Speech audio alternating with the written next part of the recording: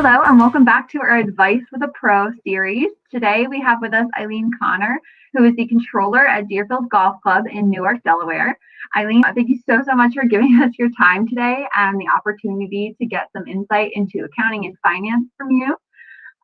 We're going to ask a series of questions, but first, would you like to just briefly describe your job title and what that kind of means? Okay, so welcome and hello everyone. As controller at Deerfield Country Club, my job is to adhere to the policies and procedures of Deerfield. So when sales we have clients, we have guests, and we need to be sure that our guest is receiving a product and is paying for that product and making sure that product transitions to banks and it makes funds available for us to pay the bills. And those bills include expenses as far as food, it includes supplies, and then it includes our employees. Awesome. So, what are some of those major kind of tasks? You talk about kind of making sure that things are accounted for, making sure that funds are available. So what are like the major tasks that are involved in your job, and what does an average day usually kind of look like? Okay, so one of the primary things in any business is how people are paying for items, and that could be by credit cards and it could be by cash. And cash, there are controls for cash. That means at the beginning of every shift, if your bank starts at $100 and you have sales of $100, then at the end of the shift, you should have $200. And that $100 sales should be recorded and dropped into a safe position. And we do have a safe here on property so that the next day I can go in, pull the money from the safe and make a bank deposit, recording our sales in the golf shop, for example, for $100. And that is the primary responsibility with cash. And then we have credit cards. We have a credit card processor. So if we have $50 in credit card sales, I'm to confirm that the credit card company deposits that $50 into our bank account. And those funds, cash and credit, become available to pay for our items. Awesome. And why is it important that a business has these records that you're talking about and these procedures, their understanding of their funds? Why is that important for a business? It's important because you need to be sure that your business is going to be profitable. You do not want to sell items that do not allow you to pay for your employees and your expenses. So in your food truck, if you're going to sell hot dogs, you cannot sell a hot dog for 50 cents if the hot dog costs you, between the hot dog and the bun and all the condiments, if it costs you $3. Okay, so you need to be sure that if something costs you $3, that you're going to increase your price, say for example, to $6.50, so you can pay for that hot dog and you can pay for that employee that's selling that hot dog.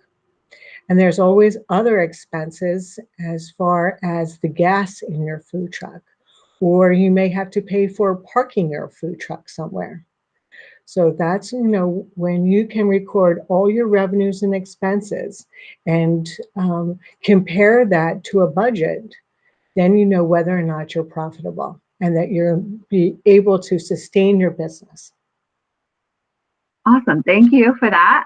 So students, that's something we'll be looking at. So Eileen, what skills do you think an individual should have to be successful in this type of career? So accounting, finance, a controller, which is your position. What sort of skills make somebody successful in that endeavor?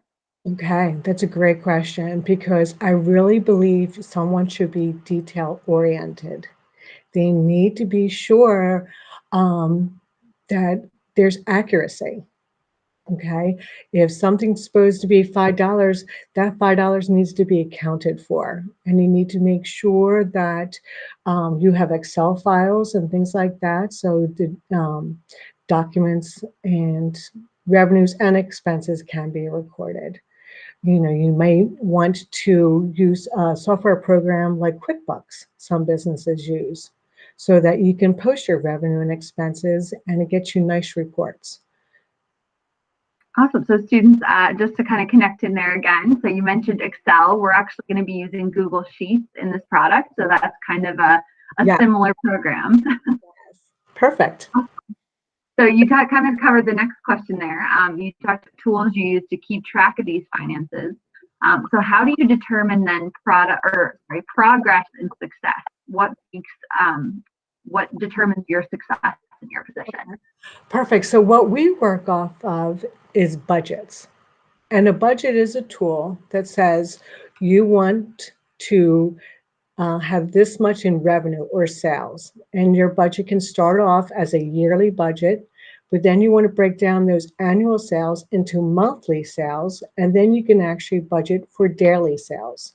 So if your food truck is going to be located in the city, you're going to want to have daily sales Monday through Friday, because the city is where most businesses are located, and you're really not going to have any sales on Saturday and Sunday. But if your food truck is going to be in a park, maybe you want your daily sales to be Thursday through Sunday. And if you use a budget, you could say, I want to make $500 a day. And based on what I'm selling, this is going to be my cost of my product. And this is how much it's going to cost for someone to come in and help me so that I'm efficient. So when you have a budget, then you can compare your budget to what you're actually selling.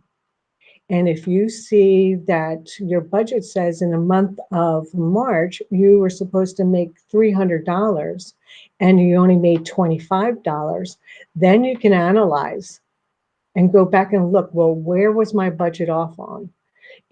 Should I maybe not work as long on a Tuesday because no one seems to be buying food on my food truck on a Tuesday? They're actually buying on Mondays because, they're looking forward to coming back to my food truck, and make those adjustments. So I think the best tool that you can use is a budget. That's great. And then general tips. If you have any other general tips, this has been a lot of awesome insight, which we appreciate. Any other kind of like general tips, ideas, comments that you want to make as students get started? Actually, my biggest tip is to have a food truck that you actually enjoy that food. If you don't like Chinese food, don't sell Chinese food, because you need to make sure that you can try that product, make sure it tastes good, because what you want is you want repeat business. You want people coming back. You want your guests and your clients to be your best marketing tool. Um, so that you get these people coming back, and they're going back into their office and they're saying, oh my gosh, I had lunch today at Susan's Chinese food truck and it was delicious. So that would be the number one thing. Make something that you enjoy so that you can put your passion or your likes and share it with others.